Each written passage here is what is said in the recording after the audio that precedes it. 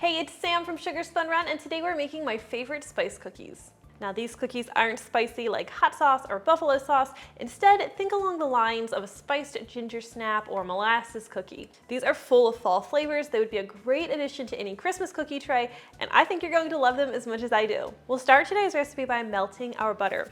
I like to use unsalted butter, and you'll need 1 cup of it. I'm going to drop this into a microwave-safe bowl, if I can get the wrapper to cooperate.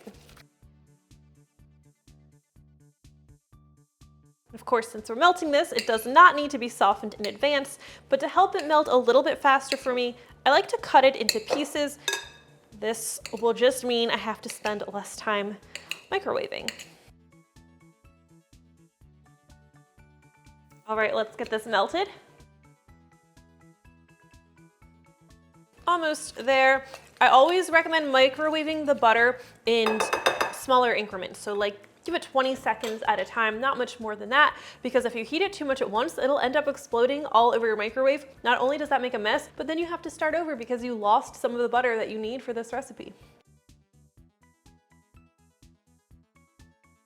All right, this looks pretty good. Now, while the butter is still warm, I like to go ahead and add my spices. Nope, should have picked a longer whisk. We'll do 1 1/4 teaspoons of ground ginger, 1 1/4 teaspoons of ground cinnamon, a 1/2 teaspoon of ground cloves, a 1/2 teaspoon of allspice. That was actually the nutmeg. You'll need 1/4 teaspoon of ground nutmeg, and as I said, a 1/2 teaspoon of allspice. Now I like to add these while the butter is still warm, and I'll whisk them right in. And I like to do this just because I feel it helps the spice flavors just bloom a little bit, helps develop them a little bit more than if you were to add them with the flour and the other dry ingredients. All right, we have these all nicely whisked together. I'll remove my whisk since it'll just fall in my bowl. Now, before we go any further, you want to make sure that your butter has cooled until it's no longer warm to the touch. So that means if you touch the bottom of the bowl, it shouldn't feel warm at all. If it does, what's going to happen is your sugars are going to melt. You're going to end up with a greasy cookie dough, and no matter how long you chill it, it's going to stay kind of greasy, and it's very likely to spread all over your cookie sheet. So let's avoid that problem and just have a little bit of patience. So once our butter has cooled down, we can go ahead and start adding our sugars. I like to start with a dark brown sugar. This is 1 cup of firmly packed dark brown sugar. I prefer dark brown to light because it has more molasses, and so in turn, it's going to give the cookies a little bit more of a molasses flavor. Now, I don't add molasses on its own because that just kind of took the cookies over the edge in a direction I didn't want to go, but this is a nice subtle addition that really enhances the other flavors. We'll also add 3/4 cup or 150 grams of granulated sugar. And I am using my kitchen scale today. Honestly, in all of my testing, I always use a kitchen scale. It's just going to give you a more accurate measurement and give you more accurate results that way. I love this one, super inexpensive. I will link to it in the description. We can set this aside for a moment. Let's stir together our sugars and our butter until everything is completely combined.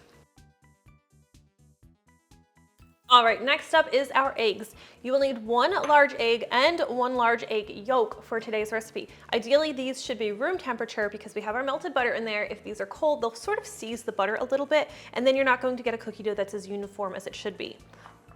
We'll crack our eggs in a separate dish, and there's 1. And then the second one is just the yolk. We're not using the white because the white adds a lot of liquid that both will diminish the flavor of the spices a little bit too much for my liking, but it will also make the cookies spread more than I want them to spread, just because there's a lot of water in that egg white. So I will save that. It'll be a snack for my dogs later.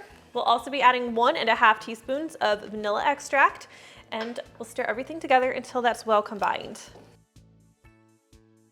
All right, slide this out of the way, and you'll need a separate mixing bowl for our dry ingredients. We bring back our kitchen scale. We'll start with 2 3/4 cup of all-purpose flour. This is 350 grams. Always make sure you tear your scale. I removed that whisk, so it messed with my scale, and I had to set it back to 0.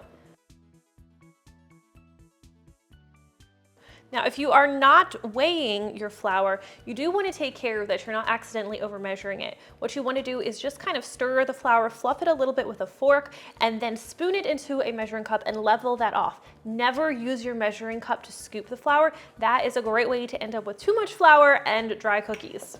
Now we'll add 2 tablespoons of cornstarch.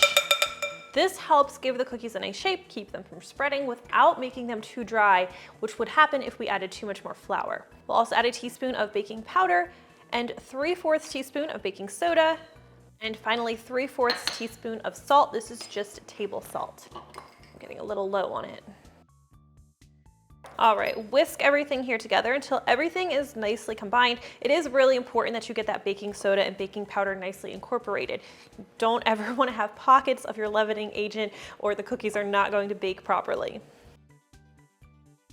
All right, let's grab that spicy butter mixture and we'll gradually add our flour to this. I like to do this in like 3 parts.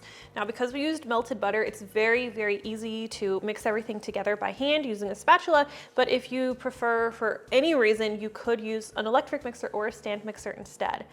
I add the flour in 3 parts instead of all at once, because if you add it all at once, that makes it really difficult for the butter to absorb all of that flour, and it's just much more of an arm workout. It's a lot more difficult, and you may find yourself with a crumbly dough that's just not really cooperating for you. Right. Part 2.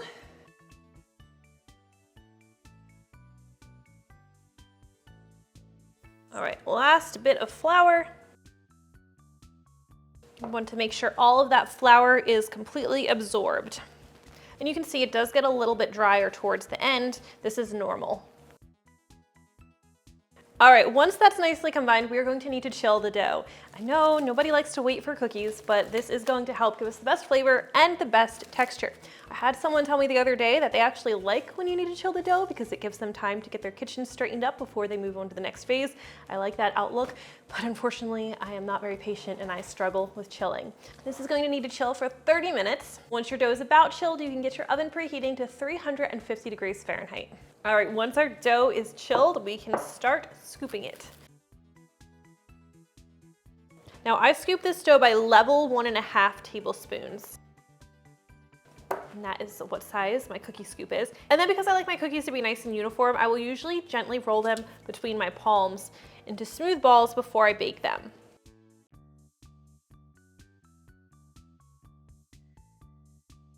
Now you do not have to do this. Instead, you could just scoop the dough, firmly pack it into the scoop, and drop it on your baking sheet.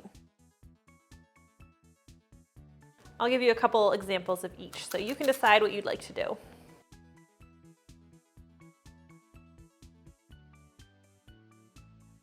We'll take these over to our 350 degree Fahrenheit oven where they're going to need to bake for about 11 minutes.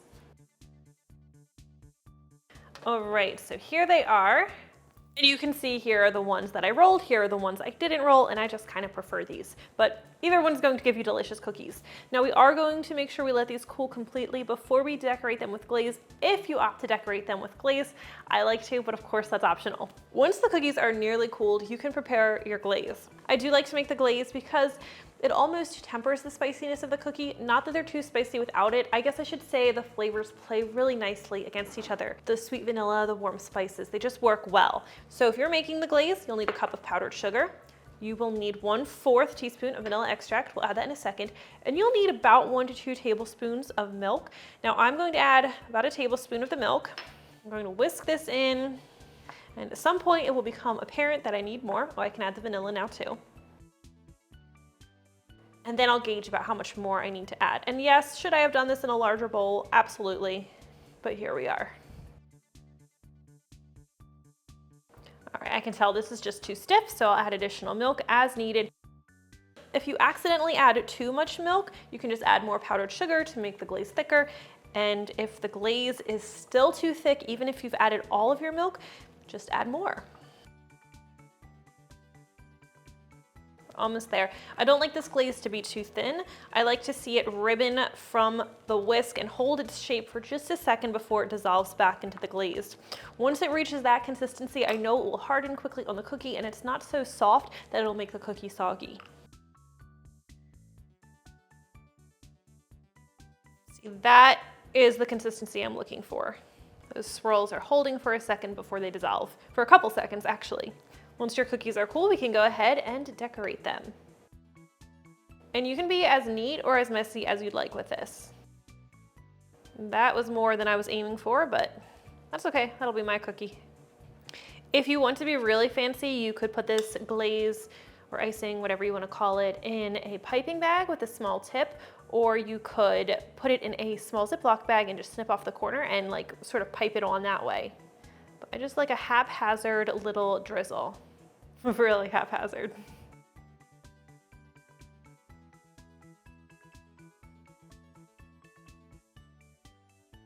And that is how you make these spice cookies. I really hope you enjoyed this recipe, and if you try it out, please let me know what you think. I always love hearing from you. Thank you so much for watching, and I will see you next time. My favorite part. They're so soft, so flavorful. I cannot wait for you to try these.